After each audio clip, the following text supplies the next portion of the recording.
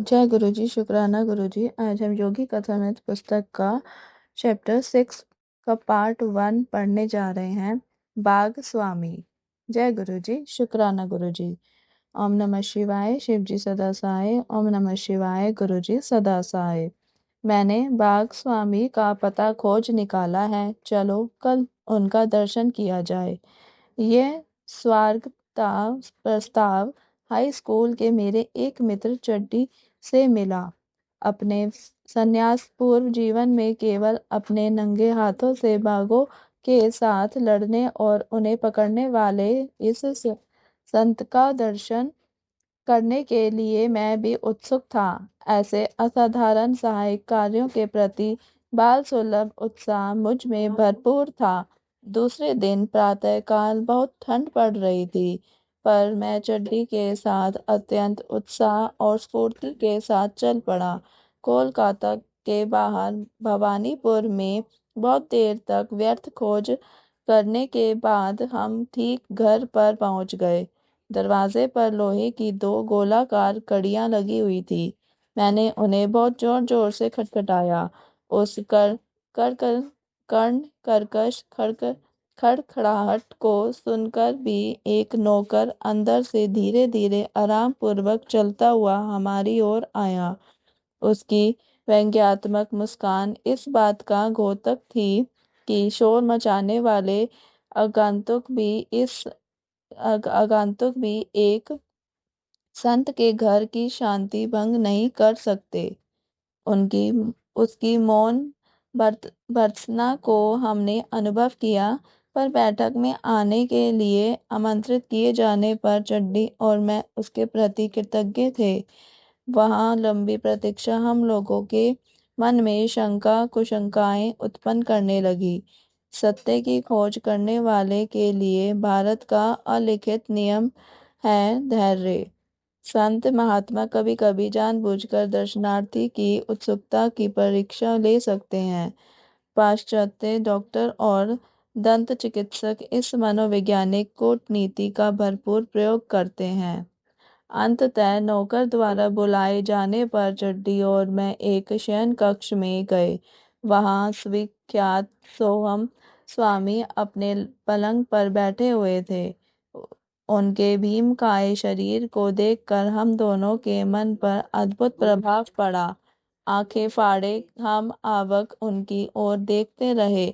वैसी विशाल छाती और फुटबॉल की तरह बाजुएं हमने पहले कभी नहीं देखी थी। अत्यंत मजबूत भरी गर्दन पर स्वामी जी का उग्र दिखने वाला परंतु शांत मुखमंडल, मूछ दाढ़ी और झूलते केशों से सुशोभित था। उनकी काली आंखों में कबूतर एवं बाघ समान गुणों का मिला जुला संकेत चमक रहा था। दृढ़ मांसल कट्टी प्रदेश को घेर कर पहने हुए एक व्याघ्र चर्म के अतिरिक्त उनके शरीर पर और कोई कपड़ा नहीं था। जब हमारी वाक शक्ति लौट आई, तब बाघों के साथ लड़ने में उनकी वीरता के प्रति आदर युक्त विस्मय प्रकट करते हुए मैंने उनका अभिवादन किया। क्या आप कृपा करके हमें यह नहीं बताएंगे कि वन्य पशुओं में सबसे भयंकर रॉयल बंगाल टाइगर को केवल अपने हाथों से परास्त करना कैसे संभव है? मेरे बच्चों, बाघों के साथ लड़ना मेरे लिए कुछ भी नहीं है। आवश्यकता पड़ने पर मैं आज भी वह कर सकता हूँ। वे बच्चों के समान खिलखिलाकर हंसे। तुम बाघों को बाघ मानते हो? मैं उन्हें मात्र बिल्लियां समझता हूँ। स्वामी जी, मैं अपने मन को तो विश्वास दिला सकूंगा कि बाघ बिल्लियां मात्र हैं, परंतु क्या बाघों को मैं वैसा विश्वास करा सकूंगा? निश्चय ही शक्ति भी आवश्यक है। केवल कोई बच्चा बाघ को घरेलू बिल्ली मान लेगा तो उसे बाघ पर विजय मिल जाएगी। यह मानना व्यर्थ है। मेरे शक्तिशाली हाथ शस्त्र के रूप में पर्याप्त है। उन्होंने हमें अपने साथ आंगन में आने को कहा, जहां एक दीवार के किनारे पर उन्होंने प्रहार किया। दीवार की एक ईंट टूटकर जमीन पर गिर पड़ी। टूटे हुए दांत की तरह बनी खाली जगह से आकाश दृष्टापूर्वक झांकने लगा। मैं हक्का बक्का रह गया। सोचने लगा, जो आदमी एक ही प्रहार से दीवार में चुनी हुई ईंट को गिरा सकता है, वह अवश्य ही बाघों के दांत भी तोड़ सकता है। अनेक लोगों में मेरे समान शारीरिक शक्ति होती है, परंतु फिर भी उनमें दृढ़ आत्मविश्वास का अभाव होता है। जो शरीर से तो बलिष्ठ होते हैं, परंतु मन से नहीं। वे जंगल में स्वच्छंद विचरण करते हिंस्त्र पशु को देखकर ही मूर्छित हो सकते हैं। प्राकृतिक परिस्थितियों में वास करने वाला और अपने मूल हिंसक स्वभाव के अनुसार जीने वाला बाघ सर्कस के अफीम खिलाए गए बाघ से अत्यंत भिन्न होता है। भीम के समान प्रबल शक्तिशाली होते हुए भी अनेक व्यक्ति रॉयल बंगाल टाइगर के प्रचंड आक्रमण के सामने अत्यंत भयभीत और असहाय हो उठते हैं। इस प्रकार बाघ मनुष्य को उसके ही मन की कल्पना में एक साधारण बिल्ली की भयभीत अवस्था के समान स्थिति में डाल देता है। परंतु जिस मनुष्य में यथावत बलिष्ठ शरीर के साथ साथ अत्यंत दृढ़ निश्चय हो, वह इस परिस्थिति को बाघ पर ही उलट सकता है और उसे यह मानने पर विवश कर सकता है कि वह एक बिल्ली के समान ही आत्मरक्षा में असमर्थ है। कितनी ही बार मैंने यही किया है। मैं यह मानने के लिए पूर्णतः तैयार था कि मेरे समक्ष उपस्थित अति शक्तिशाली पुरुष बाघ को बिल्ली में रूपांतरित करने में समर्थ थे। वे कुछ उपदेश देने की मन स्थिति में प्रतीत हुए। चड्डी और मैं आदर के साथ उनकी बातें सुनने लगे। मन ही मांसपेशियों को नियंत्रित करता है।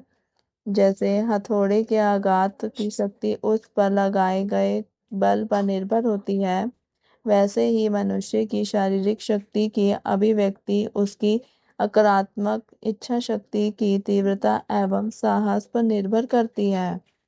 मन ही अक्षरशः शरीर का निर्माण करता है और वही उसे जीवित रखता है।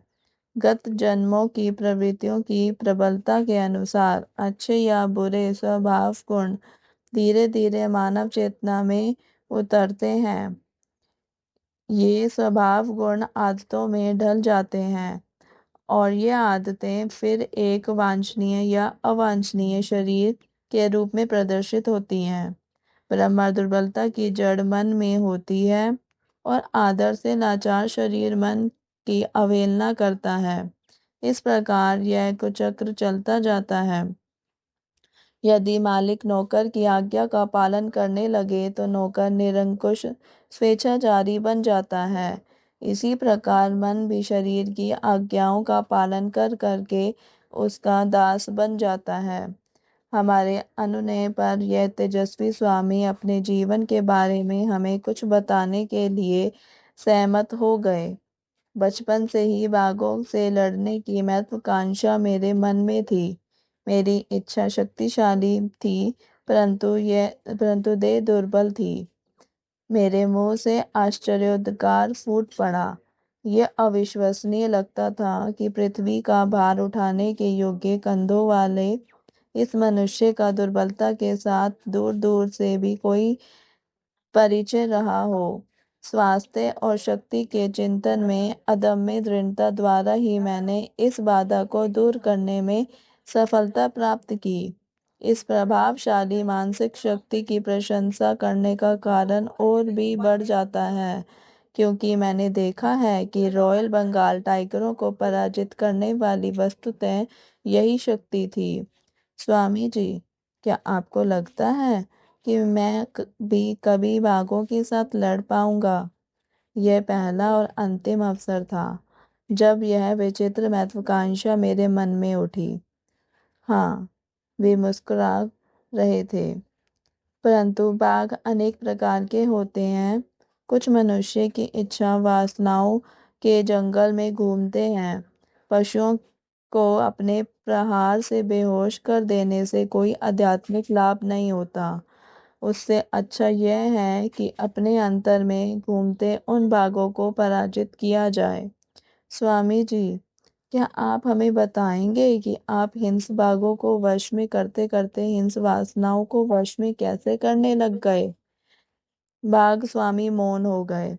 अतीत के दृश्यों को निहारने का प्रयास करती उनकी दृष्टि सुदूर कहीं लग गई। मैंने भाप लिया कि उनके मन में मेरे अनुरोध को स्वीकार करें या ना करें, इस पर थोड़ी उथल पुथल चल रही थी। अंत में मन ही मन स्वीकार करके वे मुस्कुरा उठे। जब मेरी कीर्ति चरम बिंदु पर पहुंच गई, तब मुझे गर्व का नशा चढ़ गया। मैंने तय किया कि मैं न केवल बाघों से लड़ूंगा, बल्कि लोगों के सामने उनसे विविध कर्तव्य करवाऊंगा। मेरी महत्वाकांक्षा ही यह बन गई कि मैं हिंस पशुओं को पालतू जानवरों की तरह बर्ताव करने पर विवश कर दूंगा। मैं सार्वजनिक रूप से अपने कर्तव्य दिखाने लगा और उसमें मिलने वाली सफलता से मुझे खुशी भी होने लगी। एक दिन शाम को मेरे पिताजी अत्यंत चिंतातुर मनस्थिति में मेरे कमरे में आए। बेटा, मैं तुम्हें सावधान करने आया हूँ। कर्म की चलती चक्की से उत्पन्न होकर आने वाले अमंगलों से मैं तुम्हें बचाना चाहता हूँ। क्या आप भाग्यवादी हैं पिताजी? अंधविश्वास से क्या मेरी गतिविधियों के शक्तिशाली प्रभाव को अवरुद्ध होने देना चाहिए?